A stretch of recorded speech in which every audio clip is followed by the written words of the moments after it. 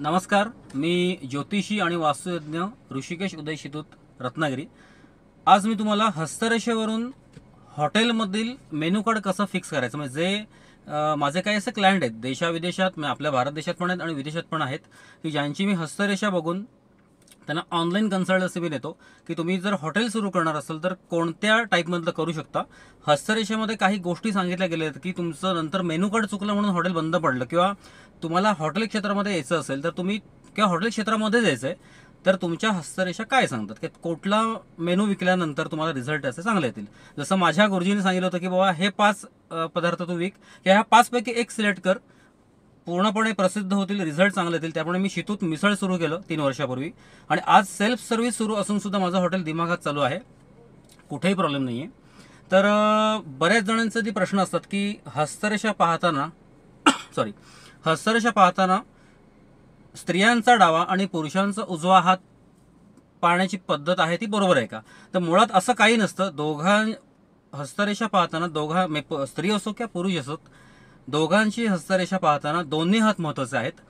असं काय लेडीजचा डावा पुरुषांचा उजवा, जेंट्सचा उजवा असा काय विषय नसतो. फक्त विषय एवढा असं की तुम्ही कुलस्वामिनी म्हणजे दैविक शक्ती तुमच्या पाठीशी किती आहे, की कुलस्वामिनीची तुम्ही भक्ती किती करता.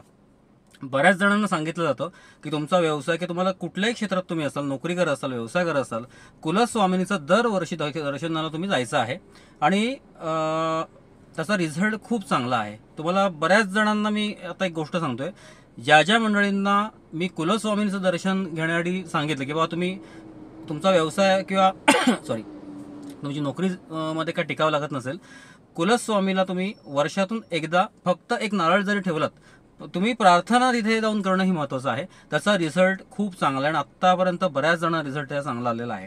तर हस्तरेषेची माहिती सांगताना उजवा हात हा फार महत्त्वाचा आहे, पण तो दैवी दृष्टीने, म्हणजे साधारणतः आमच्याकडे हस्तरेषा पाहायला जर कोणी आलं किंवा ऑनलाईन कन्सल्टन्सी कोणी घेणार असेल सॉरी तर उजव्या हातावर त्याचं कसं ठरतं की कर्म किंवा तुम्ही त्याच्यामध्ये देवाचं तुम्ही किती करताय, कुलस्वामिनी किंवा तुमची कुलदेवता कुळाचार जो आहे तो तुम्ही किती पाळताय त्याच्यानुसार ते भविष्य सांगितलं जातं.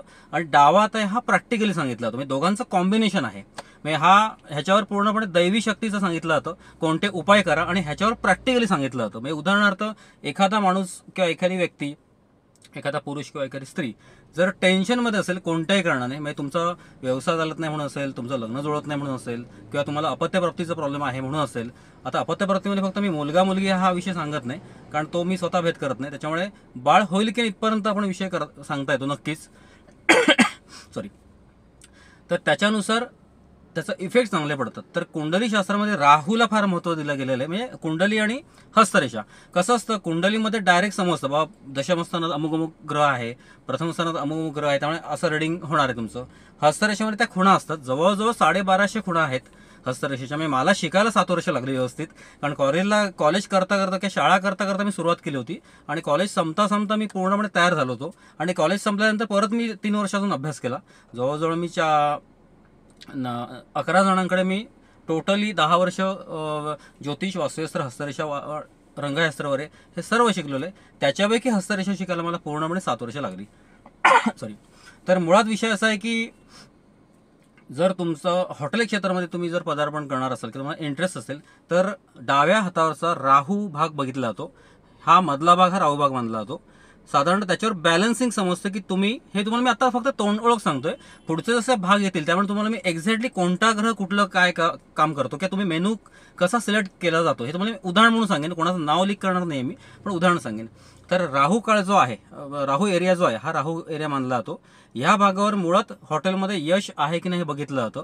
त्याच्यामध्ये तुम्ही सेल्फ सर्व्हिस ठेवा किंवा कोणतीही सर्व्हिस ठेवा किंवा रेग्युलर टेबल सर्व्हिस ठेवा, त्याच्यावर ते बघितलं जातं. त्याच्यानंतर उजव्या हाताचं मी तुम्हाला बोललो त्याप्रमाणे डाव्या हाताचं प्रॅक्टिकली, म्हणजे तुम्ही एक्झॅक्टली काय केलं पाहिजे हे उपाय त्याच्यामध्ये सांगितले जातात. एक सेकंद.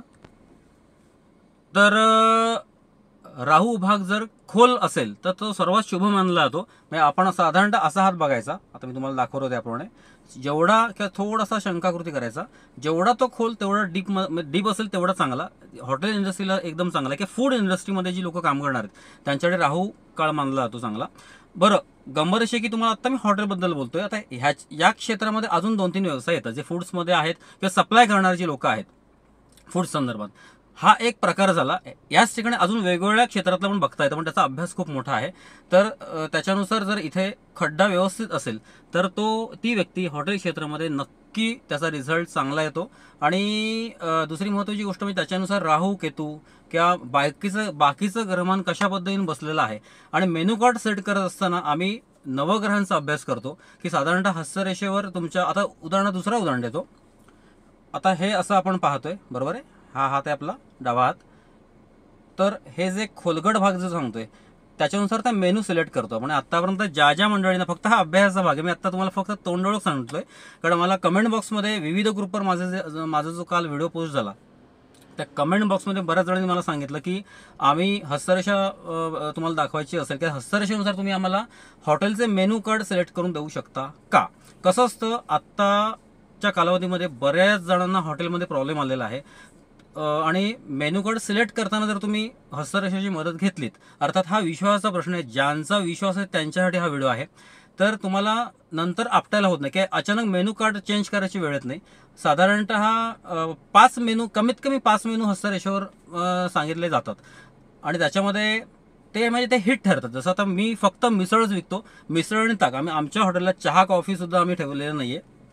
पूर्वी होती पण आता पूर्णपणे बंद केली. तरी आत्ता मला कोणताही फरक पडला नाही.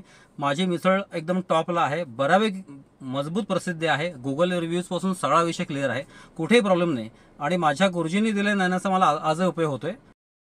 तर तुमची हस्तरेषा पाहून साधारणतः तुमच्या हॉटेलमध्ये कोणकोणते मेनू नक्की म्हणजे 100% चालतील. आता कसं असतं, रेस्टॉरंटमध्ये प्रकार असतात, एक फास्ट फूड आहे किंवा तुम्हाला इंटरेस्ट कशात आहे त्याच्यानुसार तुम्हाला हस्तरेषेचं मार्गदर्शन केलं जातं. आता एखादी व्यक्ती म्हणाल की मला हॉटेल इंडस्ट्रीज यायचं आहे, पण मला मेनू असे सांगा की मला सुटेबल कोणते आहेत, कोणता मेनू विकल्यानंतर मला 100% रिझल्ट आहे की जेणेकरून नंतर तोंडावर आपटायला नको किंवा नंतर लॉस नको व्हायला. कारण आत्ता माझ्याकडे जवळजवळ 16-17 वर्षाचा माझ्याकडे अनुभव आहे.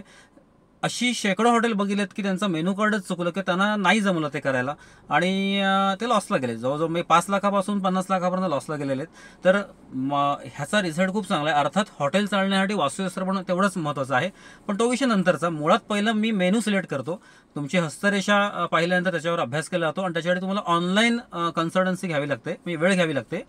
तर त्याच्यासाठी तुम्हाला नंबर सांगतोय 94 21 14 38 90. मी पुन्हा एकदा माझा नंबर सांगतो, 94 21 14 38 90. हा माझा कॉलिंगचा आणि व्हॉट्सअपचा नंबर आहे. ह्याच्यावर तुम्ही हाय करून हस्तरेषेविषयी माहिती पाठवा, म्हणजे तुम्ही मला जे पाठवायचं आहे त्याच्यासाठी. तर ते तुमचा मेसेज आला की तुम्हाला मी माझा एक टाईप केलेला मेसेज येतो, तुम्हाला जातो आणि त्याच्यानुसार जे काय त्या मेसेजमध्ये लिहिलेलं आहे त्याच्यावर तुम्ही मला सगळं पाठवायला लागतं. ती माहिती सगळी पाठवलीत आणि हस्तरेषेचे क्लिअर फोटो पाठवलेत की तुम्हाला मी एक्झॅक्टली तुम्ही काय विका हे सांगतो. आणि आत्तापर्यंत त्याचा रिझल्ट खूप आलेला आहे. शेकडो हजार लोकांना मी हस्तरेषा बघून सांगितलेलं आहे की तुम्ही नेमकं, आता हा विषय म्हणजे नेमकं तुम्ही काय करा. आता हा एक विषय झाला हॉटेल क्षेत्रामधलं, असं प्रत्येक क्षेत्रामधले गोष्टी आपण सांगू शकतो किंवा तुम्ही कुठल्या क्षेत्रात तुम्हाला जायचं आहे की तुम्ही कुठलं क्षेत्र तुम्हाला सर्वात बेस्ट आहे. तसं आम्ही एखाद्याला हॉटेल क्षेत्रातच जायचं असेल तर त्याला आम्ही कॅटेगरी सांगतो, बा ह्या प्रकारात तुम्ही ह्या पदार्थाची विक्री फिक्स करा, ह्याच्यात तुम्हाला रिझल्ट नक्की आहेत किंवा त्या प्रकारामधले तुम्ही कुठलाही पदार्थ विका, तुम्हाला रिझल्ट चांगले आहेत. तर आत्ता मी तुम्हाला फक्त तोंडओळख सांगितली, तुम्हाला रिझल्ट त्याचे चांगले येऊ शकतात. तर तुम्ही मला नक्की कॉन्टॅक्ट करा आणि त्याचा रिझल्ट खूप चांगला येईल, तुमचं भलं होईल ह्याच्यामध्ये. तर धन्यवाद, आभारी आहे.